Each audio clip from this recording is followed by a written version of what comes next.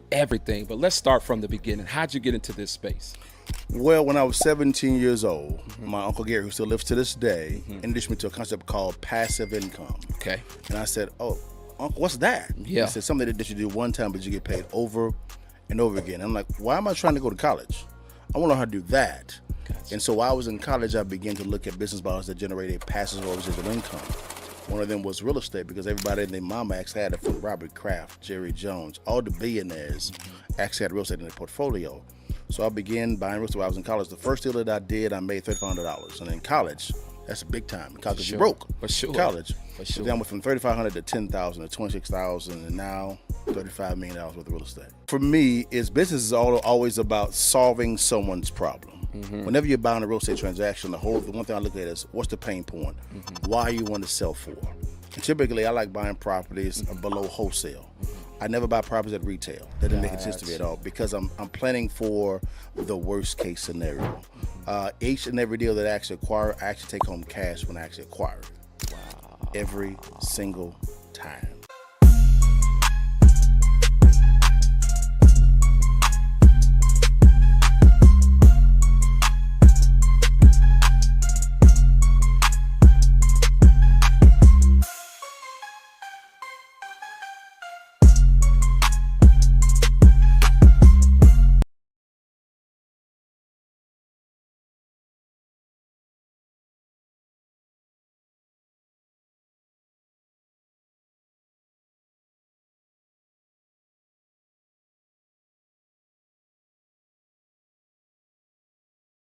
Party, I'm in here grinding, money I'm stacking, while they rock diamonds.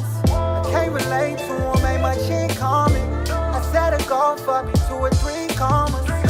7 figures, 8 figures to 9 figures. On a slow pace to get rich quick. Same time, we just think different. Cause when you make it, it hit different.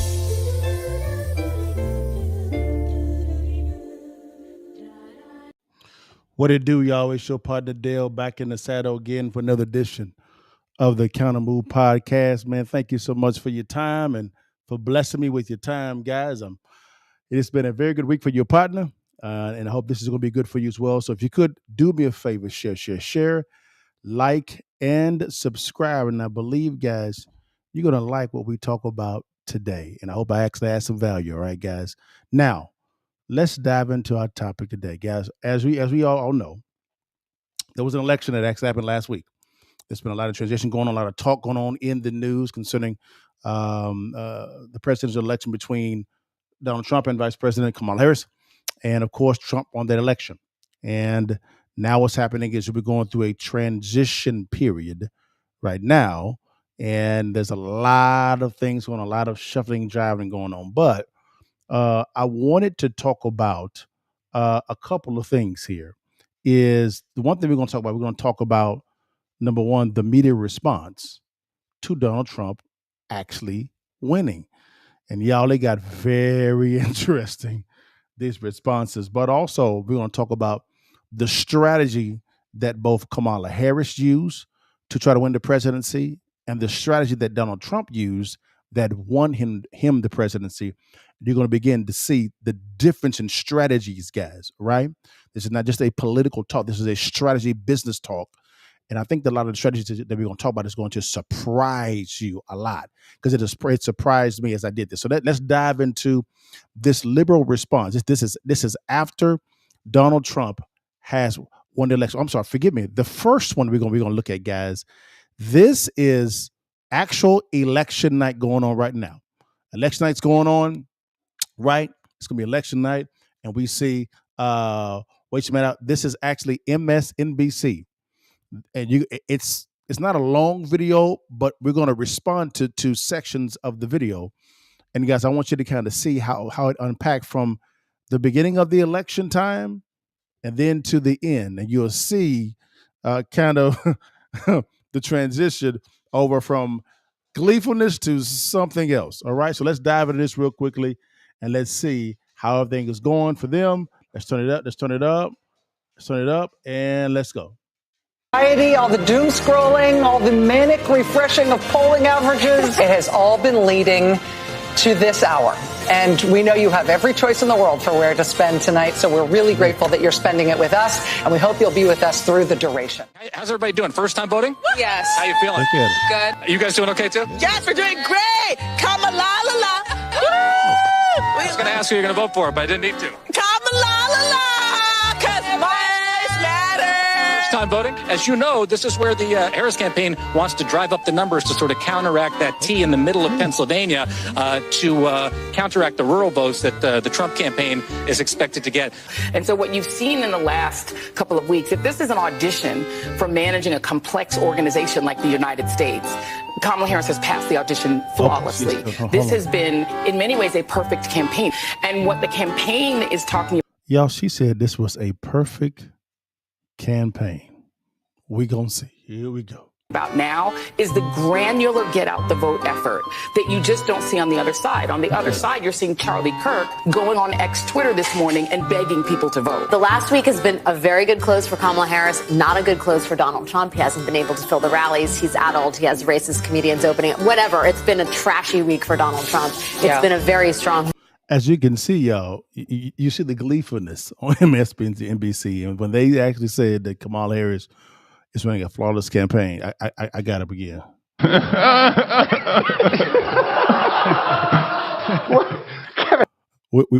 There's going to be a lot of those. Here we go. Let's dive into this. Keep it going. Week for Kamala Harris. ASU, the campus that we're on right now, ASU students, the population is about 74,000. So a lot of people voting here. When it comes to a lot of the young women that we've been talking to, reproductive rights is huge. It's a big driver. It's a lot of the conversation that we're.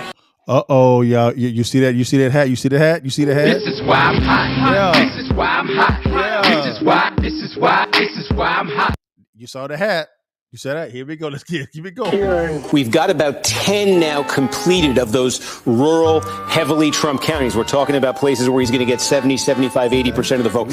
In all 10 that have now been completed, Trump's vote share relative to 2020 has gone up. I'm just going to give a couple of everybody take a breath warnings here. We don't know what's going to happen in Georgia. It's like a baby blue state, I'm going to say, and that it has not been blue for a long time. It is a hard state for the Harris team. One of the things that was so striking about the public polling and the public data going into this election was that the public polling said this is the closest race that we've ever had. Yeah. Basically. I mean, that was the consensus view. And there was a real question about, well, maybe the public polling's wrong, and maybe it's going to miss a few points in one direction or another. We don't know at this point. It's very early in the evening. But I would say at 8:50, it's a very, very close race. I'd say that if you are just joining us right this second at 8:52:06, and I had to summarize what's going on, no surprises. Yeah, right. Pretty much that's what's happened thus far. In Georgia. Do you guys see the gleefulness on them right now? And you're beginning to see a little bit of change because things are getting a little bit close. Let's keep it going. It's too close to call. In Pennsylvania, it's too close to call. In Wisconsin, it's too close to call. In Michigan, sing it with me now. It's too close to call. Let's be blunt. I think when you watched what Donald Trump did in 2020, what Democrats were fantasizing about was a landslide victory. And so some of what was wanted and desired was a sweep that really wasn't on the table. We live in an evenly divided country, and it creates anxiety, but it also requires patience. It is fairly shocking. And I don't think it's something that should make us super proud. You just think about just the last 2 weeks and the things that Donald Trump has said. If all of that gets you half of the votes, 48, 49%. What does it tell you? I mean, we need to really take a step back and think about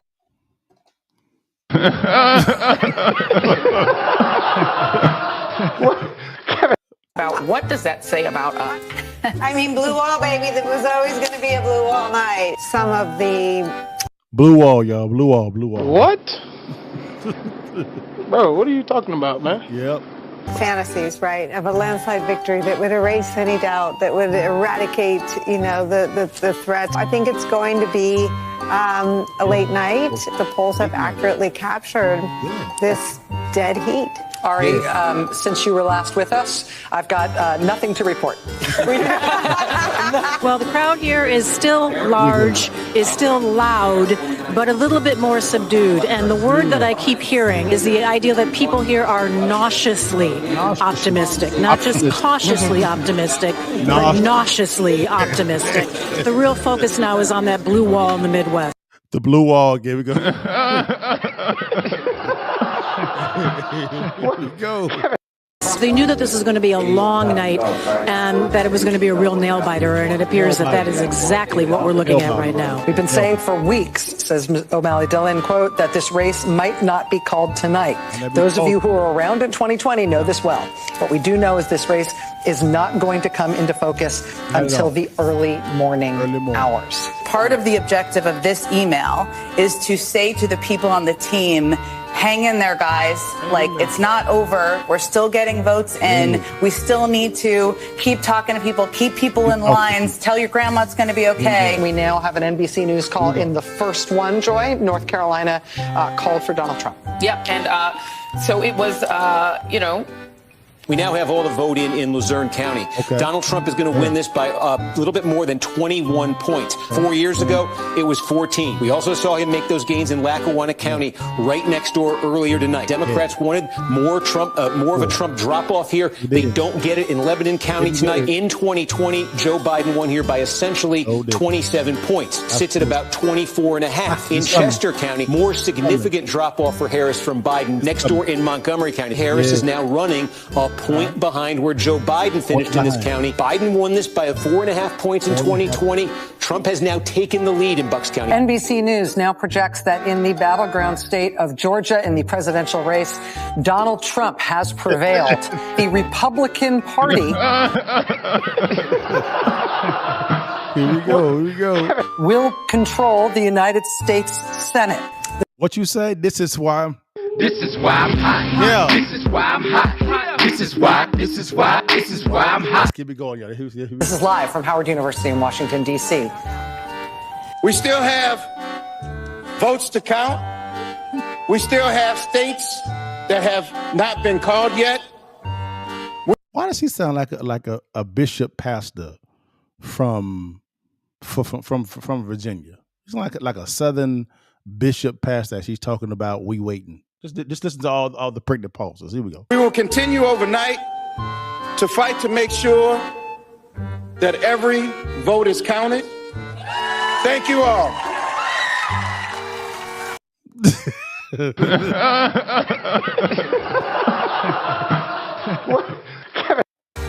A short and to-the-point statement from Cedric Richmond, the Harris campaign co-chair. You now see them turn as one to start to leave the grounds. The evening was getting increasingly somber as people realized what this map is looking like. They turned off the TV set and just piped up the music because the room was starting to get increasingly somber. You know. So wasn't they a few minutes ago? Wasn't they really gleeful?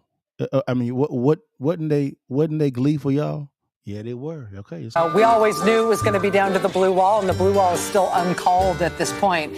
But it sounds like the Harris campaign is sort of keeping things tight in terms of whether or not they're going to string people along into thinking this is going to happen. What they went to that venue tonight hoping to see and witness was a historic election of Kamala Harris to the presidency. Was the end of the Trump era as they knew it. And so we don't know the outcome yet, but that is not what they are receiving, and they are being told. Yeah, we gotta stop the cap.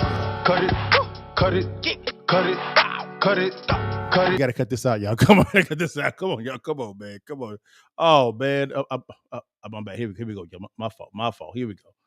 At this point, but it sounds like the Harris campaign is sort of keeping things tight in terms of whether or not they're going to string people along into thinking this is going to happen. What they went to that venue tonight hoping to see and witness was a historic election of Kamala Harris to the presidency. Was the end of the Trump era as they knew it. And so we don't know the outcome yet, but that is not what they are receiving, and they are being told to go home and wait till tomorrow. And nothing that was true yesterday about how flawlessly this campaign was run is not true now. I mean, this really was an historic, flawlessly run campaign. She had Queen. She said, hold on.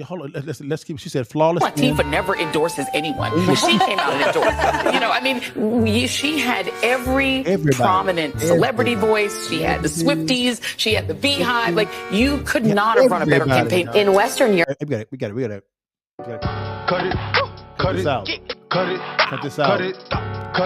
We got to cut this out, y'all. We got to stop the cap. Stop the cap. We got to stop the cap. And in the UK and in the Middle East, people are waking up to this. Oh, and they are. I've gotten people from Western Europe who are extraordinarily alarmed and terrified. May I reiterate, there are 2 of the 7 swing states that have been called by NBC News right now, which is Georgia and North Carolina. None of the other 5 states have been called. At this point, you can see this is the battleground states, Pennsylvania, Michigan, and Wisconsin, the so-called blue wall. None of those states called by NBC News. In the swing state of Pennsylvania, NBC News now projects that presidential contest has been won by Donald Trump. Yes, sir. This is why I'm hot. This is why I'm hot. Yeah, this is why I'm hot. Yeah. It presents an insurmountable future here for Kamala Harris and for the Democratic ticket. Let's watch as Trump takes the stage in Palm Beach, Florida. There you go. Yeah. We overcame obstacles that nobody thought possible, and it is now clear that we've achieved the most incredible political thing. Look what happened. Is this crazy? Boy, it's going to be a real tough speech for her.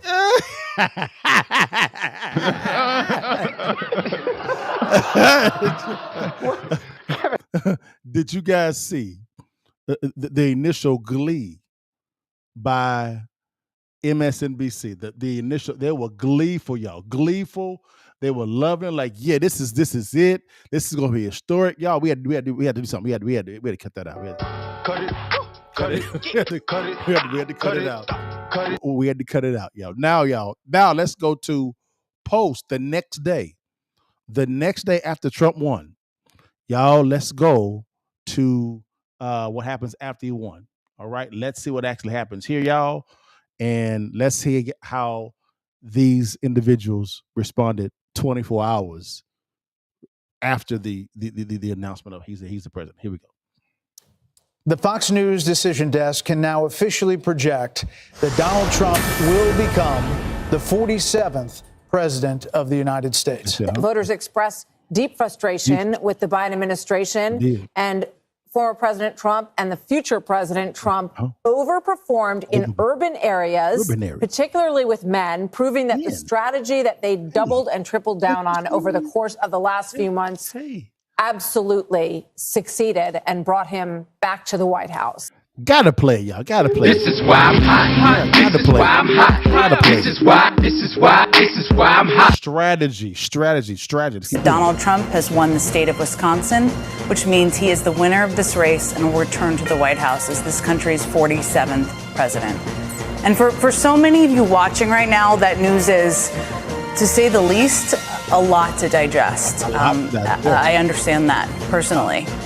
It is now official. CNN projects that Donald Trump has been elected president, defeating Vice President Kamala Harris and making a political comeback unlike any. History this morning, 5:30 a.m. on Wednesday, that Donald Trump has won the presidency for a second time. This time after having served for 4 years, then disputing the 2020 election, and then, of course, rallying a mob to the Capitol to try to interrupt the peaceful Cut it. We don't care about none of that. We don't care about none of that. None of that at all. None of that. Keep it going. Of power there. Americans deciding to send him back to the White House for a second term. And CBS News now projects that Donald Trump is the winner in Wisconsin. Here we go. You know what CBS must do. That gives him the number of electoral votes he needs to become the 47th president of the United States. This will usher in potentially an unprecedented era in American history. To have someone who believes firmly that he has total presidential power in terms of official acts based on the Supreme Court ruling earlier this year, does not have to serve in prison despite being being convicted. No, cut it. Cut that out. Cut that out, y'all. Yeah, we done with all that. We done with all that, y'all. Now, y'all, as you can see, we went from the election, post-election the same day, 24 hours later when they're making the announcements, which is fine. So now, guys, let's go ahead and go to what else they were saying. Now, this is as the week progresses, it gets a little bit more concerning on the liberal media side. So let's go ahead and go over here and see what else they were saying. Again, this is Stephanie Rule from, again, MSNBC. You know, that bastion of a media conglomerate. Now let's see what she says. Whether it is the economy, immigration, or, for lack of a better term, wokeism, we have now let misinformation become the accepted information. It has washed over us. Elon Musk, he buys Twitter. This is, man, come on. We gotta stop this, man. We gotta stop this. Okay, and then he uses it almost exclusively to be a propaganda machine. And we've accepted it. We've accepted a narrative that despite an actually great economic recovery, the vibes don't feel good. The great economic recovery and the vibes don't feel. Come on, you got to cut this out. Cut this out. Cut the cap out. Cap. That's cap. Stop this. Stop this. What? Bro, what are you talking about, man? What you talking about? Vibes and a great economy because he wasn't feeling good? Come on, y'all. Here we go. We ain't done. Come on. Stop this mess. So we want to reject it and get something else. And the person we are now betting on to change all of it is Donald Trump. Donald J. Trump. A man who did two almost impossible things. What did he do? He won the American presidency twice. Twice. And he drove a casino into the ground. What? Huh? What? She said the economy is a casino.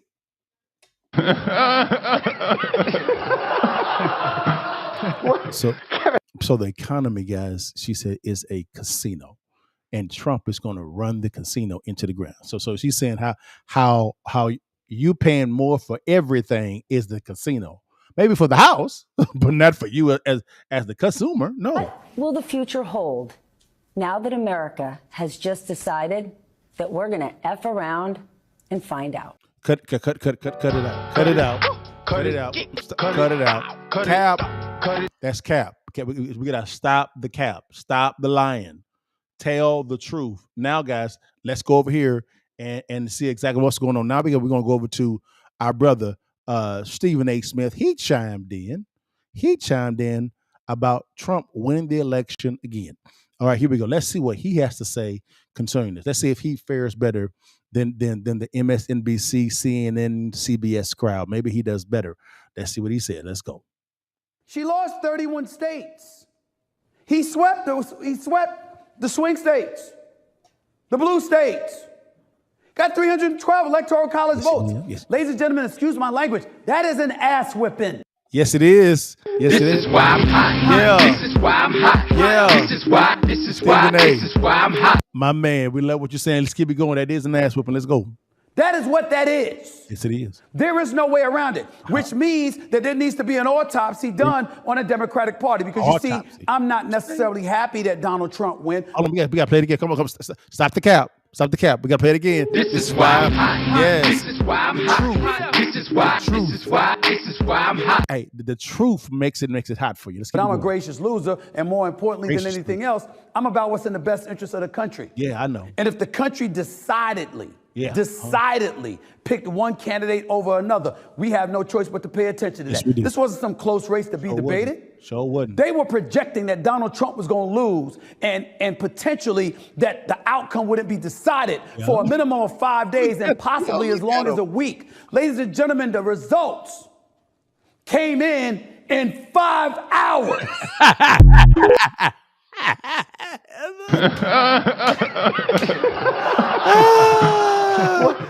Yes, so this is why I'm hot. The truth. This is why I'm hot.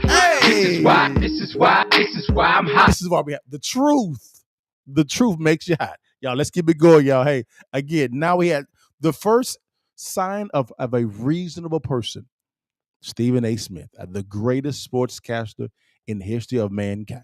I got to thank you, Stephen, brother, for being honest. Being honest. Let's see what else is going on, y'all, real quickly. Now, y'all, let's go over to the View. They were talking about it, what's going on, and let's see how the women on it begin to fight a little bit, y'all. Let's see how they respond, y'all, to what's going on here, y'all, and then we'll come in on this because this is getting gooder and gooder. Yes, I made up a word, gooder and gooder. Here we go. Let's go. Whatever your reason is, I would never let my politics be the reason I don't show up to see my family because they won't always be there. I'm going to disagree. So so what's going on this question here is there's the debate on should you cut off Trump supporters that are family members to come into holiday festivities like Thanksgiving or Christmas. And so you heard the one of the first hosts said that she would not use politics as a way to sever the gap or create a gap between family members. In other words, she would invite him to Thanksgiving and Christmas. Let's see what Sonny Hawkson says. This is going to be very interesting. I completely understand her point because I really do feel that this candidate, President-elect Trump, is just a different type of candidate. From the things he's said and the things he's done and the things he will do, it's more of a moral issue for me. And I think it's more. So now she's saying it's a moral issue. We get it.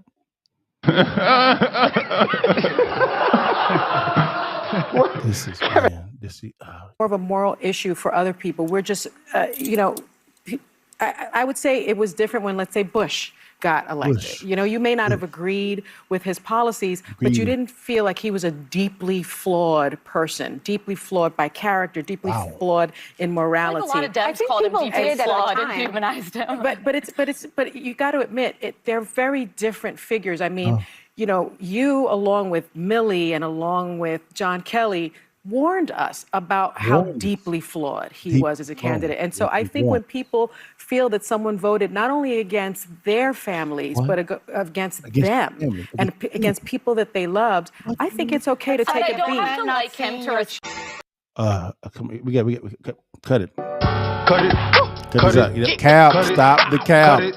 Stop the cab. Let's stop it. Let's stop the cab. So the one up here lying is the one that's morally superior to everybody else that voted for Trump. You capping. Stop it. Stop it. Please. Hell no. Now let's go ahead. Sonny she made another appearance, guys. She made another appearance on some stuff real quickly, y'all. But this here, guys, before we go over this, before we go to Sonny, let's go back over to MSNBC. Yeah, man, they not handling this well. They're not handling this well. So now we have a professor coming on. We have to sit up a little bit straight. A professor's coming on. He's going to tell us why they lost. A professor. So let's see what he has to say, y'all, on what's going on. So there's a lot of infighting going on. So let's see what the professor says, and then we will respond. Here we go, y'all. Again, we still talking about the liberal response to Donald Trump's victory. Here we go. Election results. Does that tell us that identity politics is silencing people? Because even I can see in my social media feed in the last couple of days, all these people are suddenly like, yeah, that was my guy. We're hearing stories in the suburbs the day after the election. People are now putting Trump signs up. Okay. Yeah, I mean, in some ways, but let's be clear, Trumpism is a form of identity politics. Huh? Amen. We don't want to say that. Hold on, Trump. What's Trumpism? What? Stop. Cut it, bro. Cut the cap. It's smelling real suspect. Stop the cap, brother. What's Trump? So Trumpism now, that's identity politics. Not running on race or gender. Trumpism is, I don't know what that is. I don't know the definition of Trumpism. I haven't seen that definition in the dictionary, but hopefully, let's see if he cleans it up. Here we go. Let's see what he says. That my beautiful white skin, remember? That's what he said? Yes. Tucker Carlson saying in Madison Square Garden, we have been given permission to call BS on this wokeism. What, huh? So because they're calling out wokeism and because Donald Trump said he likes his white skin because he's a white man, that's Trumpism? What in the world? Huh? This is, let's keep going. This is stuff we will no longer be made to be feel guilty. That comes straight out of we will not be replaced. That came straight out of Tucker. There were a lot of people who voted. But the replacement theory is your theory. That's a liberal theory from the New York Times. It said we can replace them. Look it up. We can replace them. That's the theory. So and it comes from the liberal side. And because Tucker Carlson and Trump called it out, that's Trumpism? Man, come on. What? What? Man. Bro, what are you talking about, man? I have no clue, brother. There we go.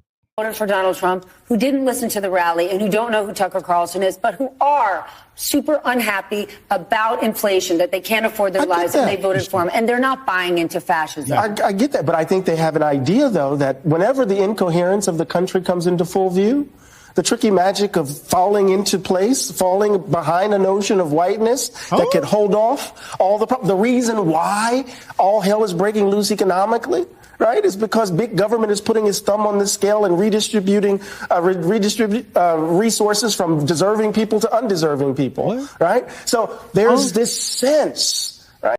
So this gentleman is for big government, right? And for what they call redistribution of wealth, which is taking from what they say people that deserve it, who actually went and earned it, and give it to other people that may not have the equal amount of liquidity or success that someone else went and earned. That's what he's saying is we should be talking about. But that's what you did. You got your ass whooped. Let's keep it going, though. Right, that whiteness, right, is under threat. The demographic shifts. The country isn't what all of these racially ambiguous children on Cheerios commercials are confusing. Cheerios commercials? Hey, a lot of people voted. Cheerios commercials? Talking about Cheerio commercials now? What the hell is going on here? Because their life's too damn expensive. Yeah. And it was here, and it was... They voted for... You're telling me, Stephanie, that all of these people who believe that their lives are... that bread is too high and eggs are too high, that they voted for a convicted felon, a guy who said we can grab the pea. I think that a lot... They voted for this guy. Yes, we did. I'm not defending it. But I think there are tons of people that don't pay attention to, and I'm not defending it, don't pay attention to politics at all. But while we live in the most prosperous country in the world, people are saying, life's not fair, I'm not doing well, my son's still living in the basement, I can't seem to get a job, I don't like the status quo, I'm voting for something else, and he's I love you to life, I love you, but I do not believe that.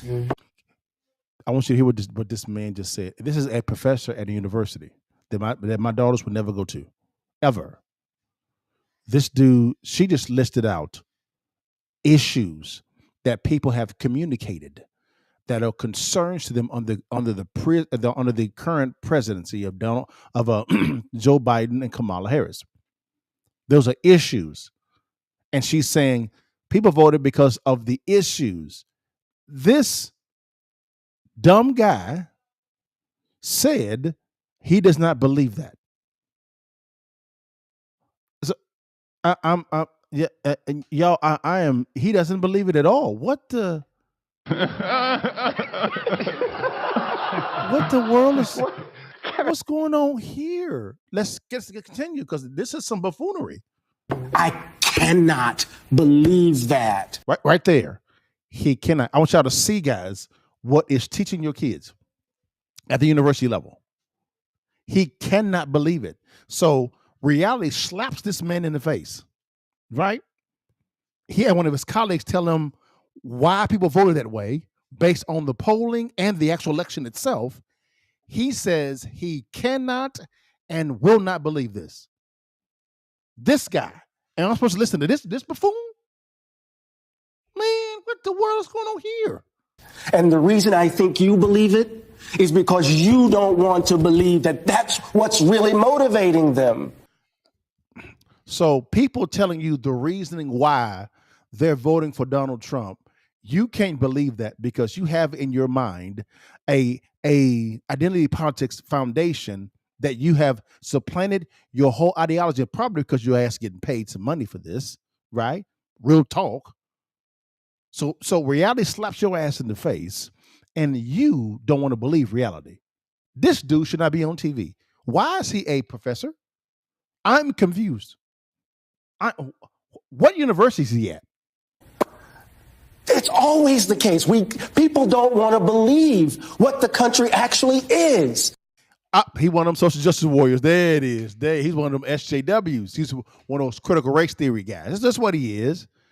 And that's what he is. He has supplanted in his mind, no matter if it was white folks, black folks, Indian folks, Asian folks, Chinese folks, Japanese Americans, any type of American at all, right, that actually voted for Donald Trump. He's saying that he cannot believe that they voted because this economy and this current presidency was trash. He cannot. That's who's teaching your kids. You're welcome.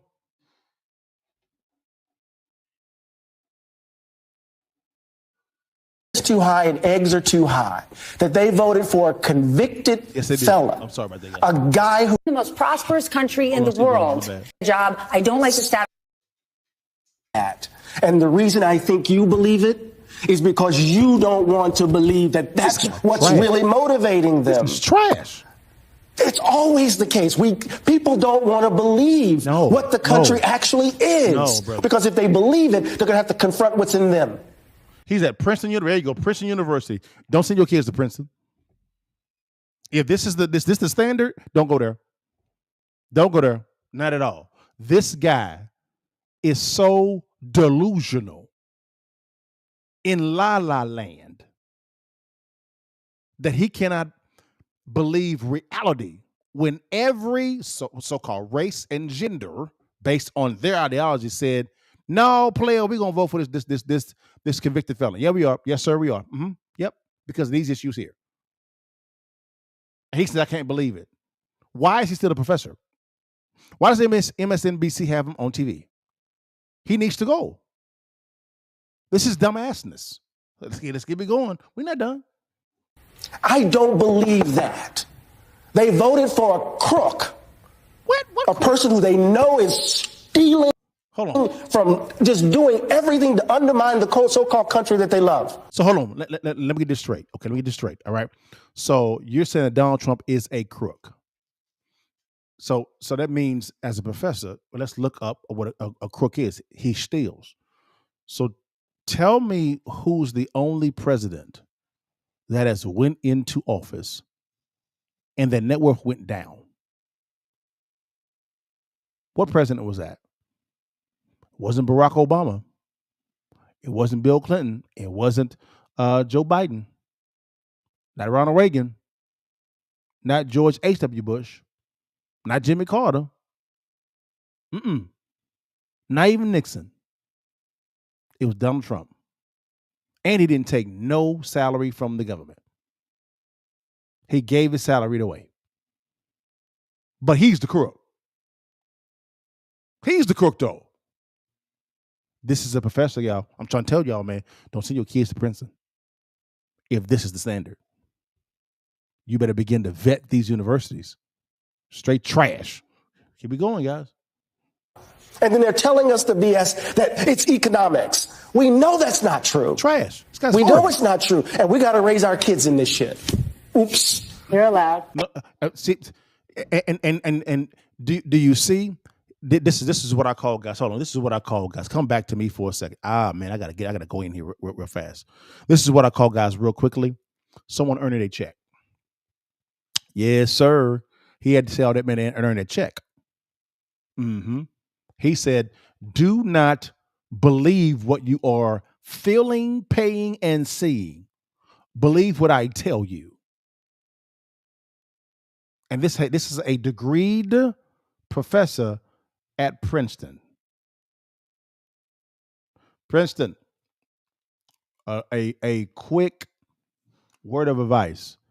If this is the quality of professor at your school, shame on you. Parents, if this is the quality of professor that's actually at Princeton and you send your kids to it, shame on you. Because that was trash. But I understand why he did it. He had to earn his check. Yes, sir. That CRT SJW check. Yes, sir. That's why he did it. That's why he did it. Trash. Horse manure. Now, guys. Sunny Hostin's back, y'all. She's back.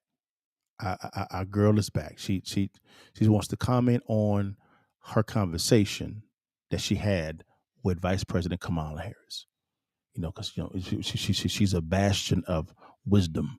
So we got to see what she says. Here we go. To remind people what the question was, it was what would you have done differently? I asked the vice president what she would do differently in a Harris administration as opposed to a Biden administration. And what if anything, she wishes she could have done differently in the past 4 years, or what? Something like that. Yeah. I followed up because I was surprised at the answer. Surprised.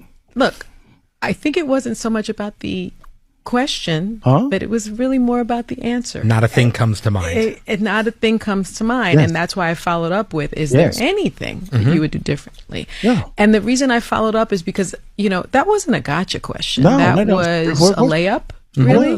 It was an important question, and I think one she should have expected. Because that's what I thought. I actually thought it was a chance for her to explain to all the people who are saying, I want a change agent, for her to explain that, of course, she has a different lived experience from President Biden.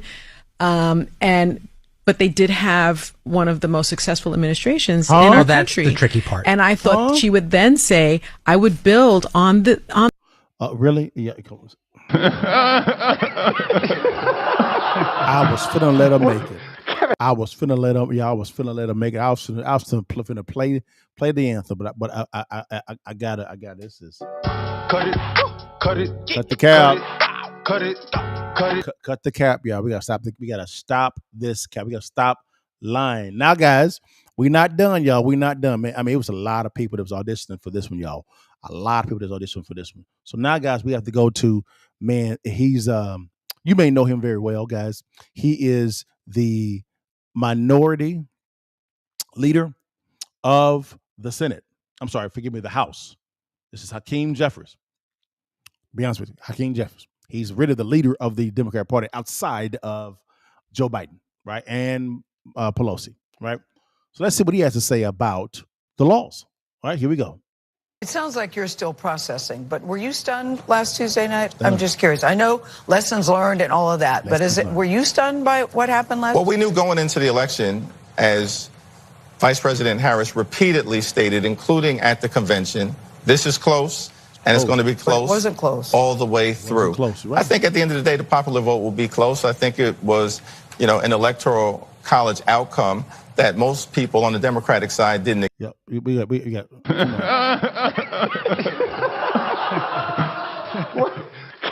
Y'all, she lost by 4 million votes, popular vote. He won the popular vote too. We got boy, I tell you, I mean, the delusion. Expect because everything broke at the presidential level in terms of Donald Trump's direction. Lord, Holy Spirit, we got to stop the lying, y'all. Stop the lying. Now, guys, what we not done. Now, interesting, because a lot of these individuals, we got to bring somebody else up that want to come up and talk a little bit. Charlemagne the God. All right. He came up. I was going to call him Charlemagne. There's only one God. His name is Christ Jesus. We're going to hear two things from him, two different things from him before the election and after the election. Let's see what they say. Here we go. Let's get it in. I think that she should keep calling Donald Trump a fascist. And I think that Americans need to keep looking at the rhetoric of Donald Trump, because I don't know why we're even thinking about electing somebody who's talking about putting people in camps. I don't know why why we want to elect some. See, again, stop the cap. We got to stop this cap. Come on, Charlemagne. Cut it out.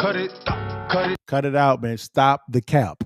Stop it, man. Stop lying. Nobody say anything about putting nobody in no damn cages. Somebody who's talking about mass deportation. I don't know why we're having this conversation about somebody who wants to terminate the Constitution. Don't y'all find it strange? Don't know. Again, stop. We gotta stop the cap. Cut it out. Cut it out. Tell the truth. Keep it going, y'all. Strange that now that he's won, they're not calling him a threat to democracy.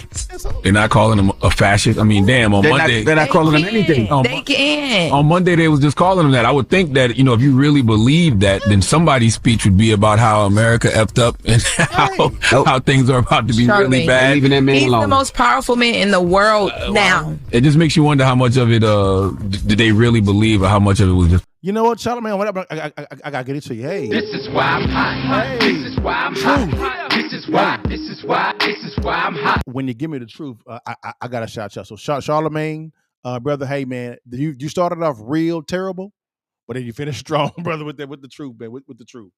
Now, guys, man, now what's happening now is we have got to look at. Now, let's go over the strategy in a second. But before I go to strategy, guys.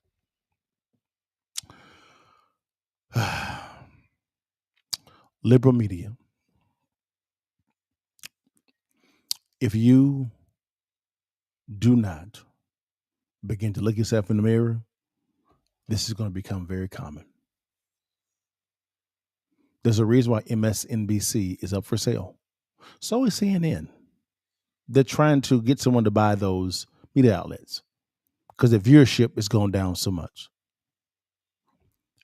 Lying, deceiving, not telling the truth, it can cost you.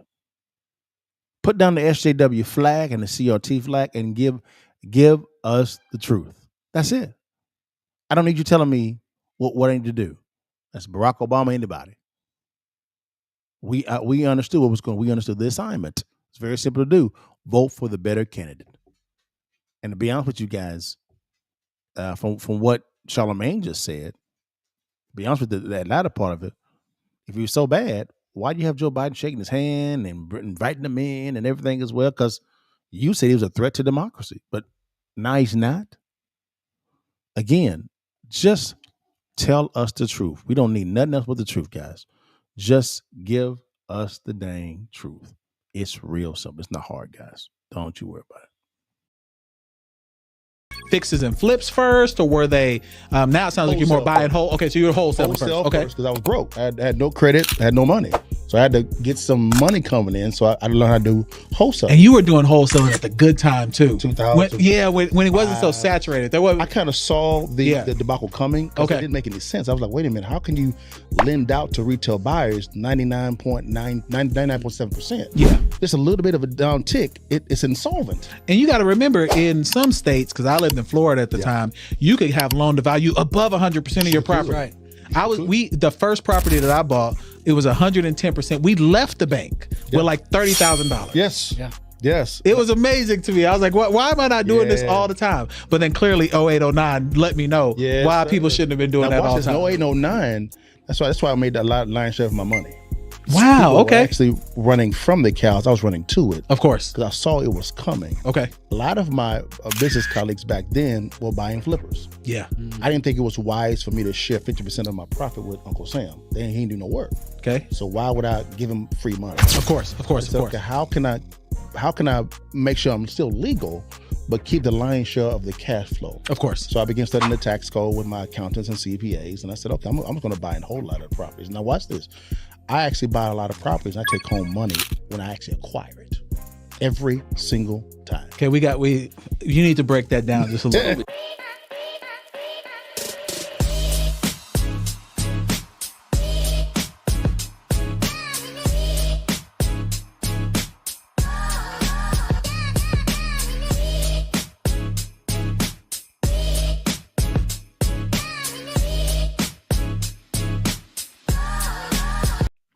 All right, yeah, we're back in the saddle again, guys. Now let's go over to strategy. Strategy. So what was Kamala Harris's strategy to win this election, right? Let's go through that real quickly here. Her strategy was very simple. We heard a little bit of it when it came to of what the media was actually saying concerning what was going on. And so now let's walk through the strategy of what she was trying to do to actually win. All right. One strategy she was actually using, what she was doing, is here. And matter of fact, before I do that, let me go ahead and show you this here. This is one of the strategies she actually had, y'all. Right. I want y'all to see this strategy. Boom. Here we go. Let's bring this over here. Let's make it a little bit bigger so you can kind of see this. Look at this strategy, guys. Look at this. This is what she did. What she did, guys, is she raised over $1.003 billion. That's a phenomenal cash raise. I got to give it to her. She spent $1.37 billion because it all begins with the money, right? She paid in staff $582,530,000 in staff. So more than half of the money raised went to staff. Somebody got rich. Now let's go over to Trump, right? Go to Trump. Trump raised $381 million. So he got outraised. Got to give it to him. Give it to Kamala. Trump spent $345 million. He only spent $10.4 million on staff. Now, let me ask you a quick question, guys, real quickly, as I switch this over. Who managed the resources better? Donald Trump or Kamala Harris? The numbers say it all. That's the reason why. Kamala, I got to give it to you. I'm sorry. Cut it. Cut it. Got to cut this out. Cut it. Kamala, how are you $20 million in debt? Right? Because you spent more than you actually raised. And more than half of it went to your staff. Now, what did she do, guys, with this money? What she do with this money? And then we're gonna hear from one of their people. Did this strategy actually work? Now let's go here, right? Something quick again. Let's go right here. What did she do with the money? Remember, she raised $1.003 billion. Spent $1.37 billion. $582 million was just on staff, right? Now, what happened? What she do with the money? Over these numbers, $10 million for Beyonce. What? To step up and back Kamala Harris publicly. $5 million for Megan Thee Stallion. Whoa. $3 million for Lizzo. What? $1.8 million for Eminem. I mean, is that normally how it goes? You spend $20 million, you get yourself in debt to try to get a bunch of rich celebrities on stage? I'd never seen that. So hold on. Let's get this straight.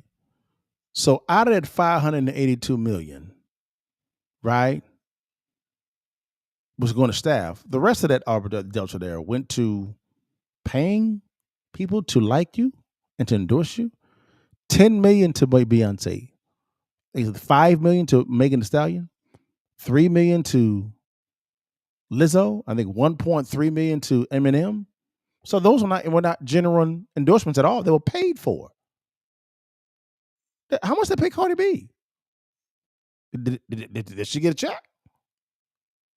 So one of the strategies was to pay for endorsements, because in her mind, she believed that celebrities, that right there would bring in the voters, right? That's what she really believed, that would actually help her win the election, guys. So we saw this now, and she ran on Identity Politics and Vibes and all this. So let's go to one of their best strategists, the Raging Cajun, right? The Raging Cajun. He's coming out and say some stuff about this whole campaign, and there was some discussions about strategy that was talked about, but stuff wasn't agreed upon, and Kamala Harris went a different direction. Let's see what the Raging Cajun said. Let's see what he said. We have no legislative power. We have no executive power. We have no judicial power. None. So when you're out of power, you're an opposition party. Correct. And go and tell all of the people that are sending you and asking you for money, justify what you did, justify what you did wrong, and tell us what you're going to do different. Because what you've done ain't worth a shit. Damn, okay. Get your head around that. And all of the Washington-based Democrats farting around, going to wine and cheese parties and talking about how misogynistic race comes, get your ass out of Washington. Wow. And go work on a 2026 campaign and do penance. Hey, This is why I'm hot. Hey. This is why I'm hot. Good stuff. This is why. This is Good why. counsel. This is why I'm hot. Good counsel. Good counsel. Keep going. To make up for your goddamn arrogance and stupidity. Okay. Well, we're going to say we told you so. Yeah. We told you this identity shit was disaster. We told you to get out in front of public safety issues. You didn't. We told you to have an open process and demonstrate the magnificent, staggering, and deep talent that exists in the modern Democratic Party. You didn't. We told you to differentiate yourself from Biden. You didn't. Whoa, wow. I hate to be some fucking know-it-all, but all of these things are part of the record. So he's saying they told her to distance herself from Biden. They told her to not run office to the end of politics in this woke crowd, right? They told him to run on the issues. Kamala Harris made the decision to go the opposite way. So she got the counsel she needed to be competitive in the race. Hypothetically, I still believe that Trump still would have waxed her. Still, he still would have beat her. But she got counsel, and I gotta say, when it comes to campaign, I gotta agree with the raising Cajun. I gotta agree with him. Great counsel. But Kamala Harris didn't follow it. And the media's wondering why they lost. Interesting. So the strategy, and you also wanted to pay influencers, celebrities to garner votes. This is a bad strategy. And you wanted this thinking in the White House? Yeah, I'm sorry. I cannot. That's a terrible strategy. Terrible strategy. You are concerned about what's going on with this economy. I know I would be, man. You have the stock market not doing too well. You have inflation outpacing wages right now. And you have major companies looking at laying off a lot of people. Man, I had a friend of mine whose wife works for a major pharmaceutical company, and they're talking about laying off scientists, man. Scientists. It's getting real out there, guys. But hold on, wait a minute. It's not the end of the world for those that actually have a counter move. More than ever, it's time for everyday Americans to begin looking at a side hustle, a business for them to begin building now, and for them to be able to have the ability to pass their business on to second and third generation. Now, what business model is best for you? That's a great question, and the only person that can answer that question is you. The good news is a good friend of mine, Matt Sapala, actually did a good presentation on presenting the passive income blueprint. 3 effective ways to generate $1.5 million in passive income. The most powerful word in business is cash flow. And even a more powerful word is passive cash flow. I know, because I've been able to live the life of my dreams because of passive income. Most individuals focus on commission-based, generating commission. What if you can actually generate $1.5 million in passive income that can change not only your life, but generations to come, guys? Click on the link below or swipe up, guys, and I think you'll be blessed with what you see. God bless you. See you on this side.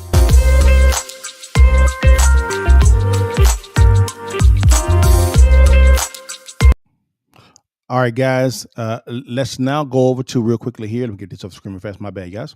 Let's go over to here, get this here real fast, guys. Now let's go to, hey, man, the Donald Trump victory, the strategy behind it. We got to play it. Yeah. This is why I'm hot. This is why I'm hot. Yeah. This is why I'm hot. And notice I have a picture of somebody on the right side of your screen. That's Charlie Kirk. If you remember listening to videos before, early in the show, I think it was Joy Reid was talking about Charlie Kirk was on TikTok or Twitter, which is X, begging for votes. Well, here's the good news. Charlie Kirk actually went on PBD, Patrick David's podcast, a couple of days after the election and let you know what they did to win the election. And guys, the strategy that he talks about is flawless. Listen to the strategy that him and also President Donald Trump and his team came up with. Listen to the strategy. Here we go. Again, this is all about strategy. However, I disagree. There were still some late breakers and undecided people. I do think that pool was less than 2%, though. I think so. Donald Trump 2% is a lot, though. And Donald Trump's campaign strategy, of which we helped execute on the ground in some of these states, was that, guys, don't spend your time knocking on doors about a suburban soccer mom who's weighing her options. Instead, because that takes 9 contacts to try to get her. Wow. 9 points of contact on average. Conversations, discussions, and they could be 30 minutes on it. Instead, turning point, go spend your time in very Republican areas where there are non-registered or what we call disengaged voters. Oh, wow. People that like Trump, like his worldview. For example, the bro vote, right? And so this is where we spent our time, and we harvested, not ballot harvested, but we harvested in a very, very powerful way. At Arizona State University, for example, we registered thousands of young men to vote in fraternities. And that was way easier than us going to try to win over swing voters. And we did a little bit of that.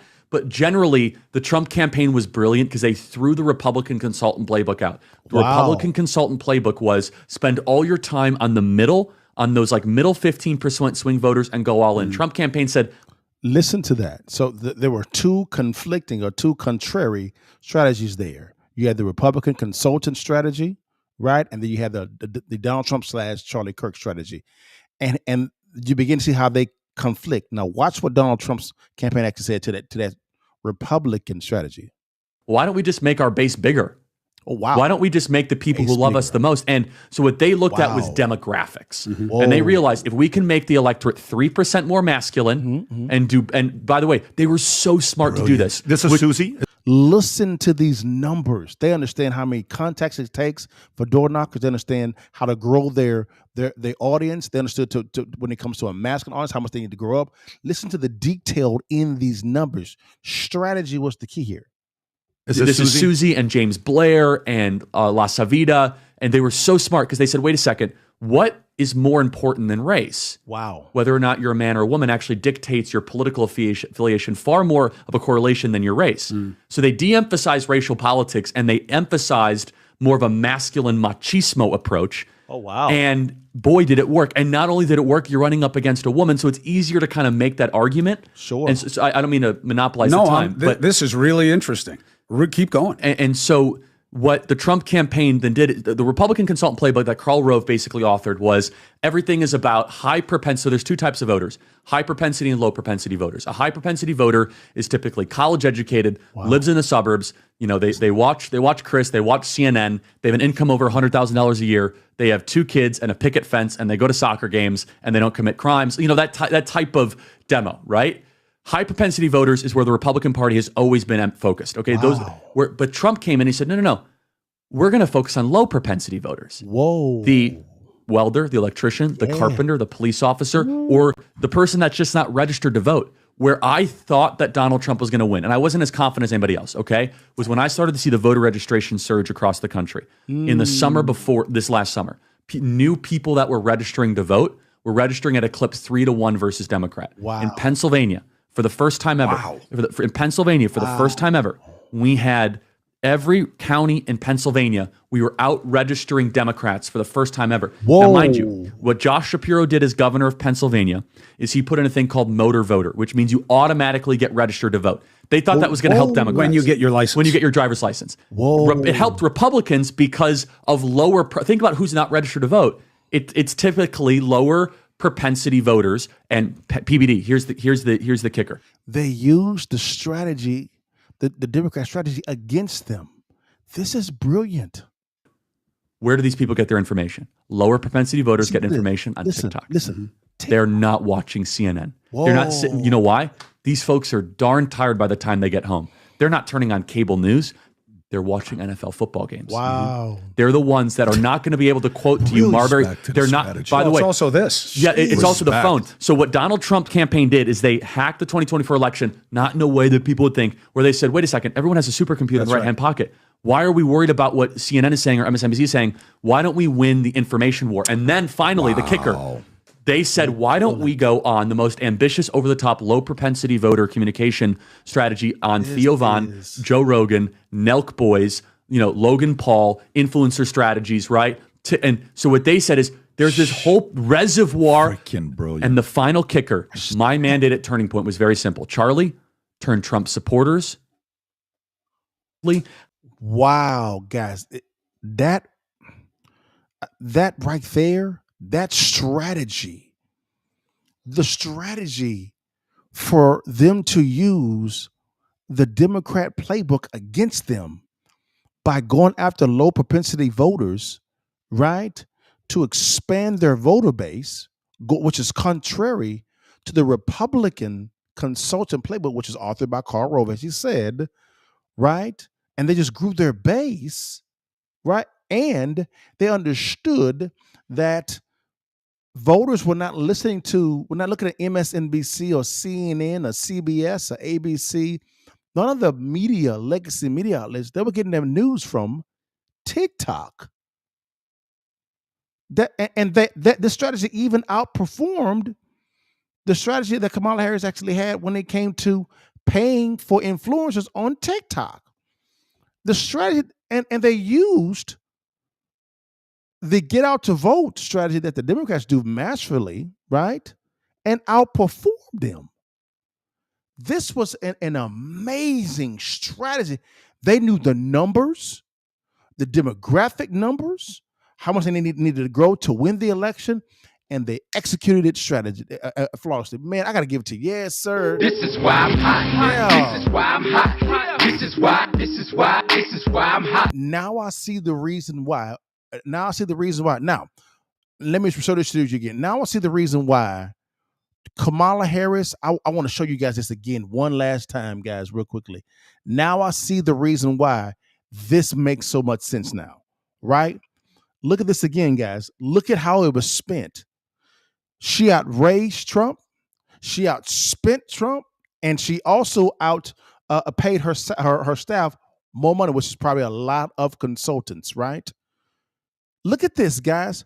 Trump raised less, spent less, and actually had more money left over, which leads me to conclude Trump understood how to steward his cash the right way. And it was done via strategy. They destroyed Kamala Harris and the Democrats. So much so, Trump won the presidency and also the popular vote and also the Senate and also the House. He won it all, and they won all of the swing votes with this strategy. This was off the chain. And in so much so, we saw from the get-go, the liberal media like, what the hell just happened? How did this happen? Simple. It was strategy from Donald Trump's team, coupled with his chief of staff, and Charlie Kirk and their team. It was real simple. They out-strategized Kamala Harris and the Democrat Party and kicked their ass.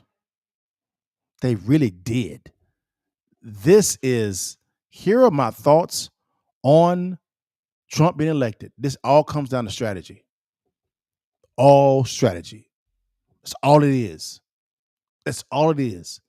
Now I saw, when I would see at universities, when Turning Point USA was actually there, when I saw that, man, and they were using Topher, they were using Brandon Tatum, they were using I wasn't Ben Shapiro. They were using other influencers as well to go out and actually talk to low propensity voters. That's all they did. And if you actually saw the table where Charlie Kirk at Turning Point USA versus the Kamala Harris and Walsh table, it was like 1,000 to 1. This was a lesson on financial stewardship coupled with a phenomenal strategy. And Donald Trump kicked their ass. He really did. Hey, bravo, Mr. President. Bravo. This is why I'm hot. This is why I'm hot. Yeah. This is why I'm hot. That's why he's the 47th president of these United States. I am going to say this, and I'm saying it with my chest. I want this type of thinking, a Trump type of thinking, sitting across the table from Putin, Kim Jong-un, President Xi, any prime ministers, king or queens, so to speak. I want this president, this thinking, negotiating on my behalf across the table from these leaders. And look at the strategy and the numbers. They kicked the Democrats and Kamala Harris's ass and did it while smiling at them. So much so that 5 hours after the polls closed in the last state, the race was called. And to put more salt in the wound, the liberal media, right, and the Democrat Party, they don't know what to do right now. They don't know what to do. They don't know what to do, man. Excellent strategy, guys. Man, this was fun putting together. Thank you so much for your time. Now, guys, I'm always asked LaDale, I'm in real estate development and finance. So every other day, I'm actually asked, LaDale, can you train me in real estate? The answer is always yes. But instead of me training you for real estate, what I want to do is I want to give away our free distressed property ebook, right? That's how we train. We give away information for free. For free, guys. It's a free ebook. It's 100% free. Doesn't cost you the money at all. So either scan on this QR code or click on the link below, guys. That is in the in the description, and go download it. But also, if you don't have the ability to scan the QR code or click on the link below, don't you worry. You see that green the keys over in the right hand side of the screen, left hand side of the screen, whatever it's at. It's on that side. Well, that side. It's over there. Anyways, over there. Anyways, DM me the word real estate. Real estate. The same words that's on the keys right here. Real estate. And my team will get you out. Right? We'll get you out the book. Please don't put it in the chat. Direct message me. All right? Direct message me. If you're on TikTok, Instagram, whatever it may be, Facebook, direct message me the word real estate, and my team will get you out this exact same link. It's very simple. Also, you may be saying, LaDale, real estate is not my cup of tea. I'm rocking with you. I'm on one with you. Hey, a good friend of mine, Matt Sapala, put together a free, let me say it again for the folk back row, free video of 3 business models, right, for you to generate a passive income. More than ever with inflation being so high, you have to have a side hustle. What Matt actually helps you out. And newsflash, he does a case study on your partner. I'm in the video, y'all. Man, I feel honored. But if you could, guys, very simple. It's called the Passive Income Blueprint. Real simple.